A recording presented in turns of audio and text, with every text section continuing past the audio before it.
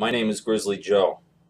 The Florida shooting of a young black man naturally brings self-styled civil rights activist Al Sharpton out of the woodwork and before the massive crush of self-perpetuating media attention. Is Sharpton a civil rights activist or merely a racist opportunist? More cynically, is he using this unfortunate incident to inflate the ratings of his Politics Daily program on MSNBC? Yes, MSNBC is apparently still on the air. Sharpton has featured the shooting story on his program, an unprecedented blurring of the line separating real-world activism and on-air reporting/commentary.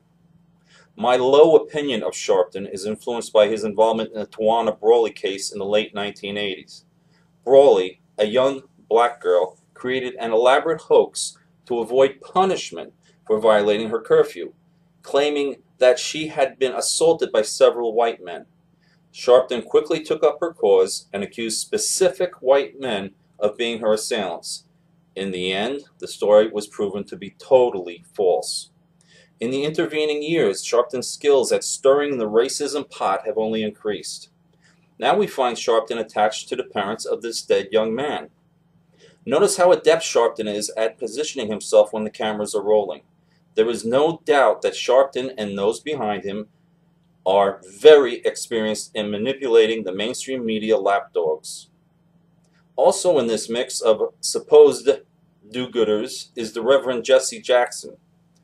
Reverend Jackson's relevance today is purely that of an iconic historical figure from the vanguard of the entirely legitimate 1960s civil rights movement.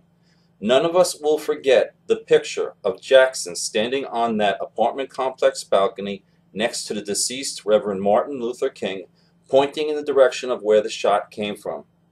Sadly, Reverend Jackson's possibly well-intentioned Rainbow Coalition evolved into something more akin to an extortion racket. Finally, we have the gratuitous comments of President Obama that, quote, "If I had a son, he'd look like Trayvon," end quote. Is the president trawling for votes from his base, the liberal and black communities? Have we not heard the president comment on the Occupy riots because that would cost him votes? In the end, one is compelled to ponder, why do these three men not focus their energies on the far more prevalent problem of black-on-black crime in America?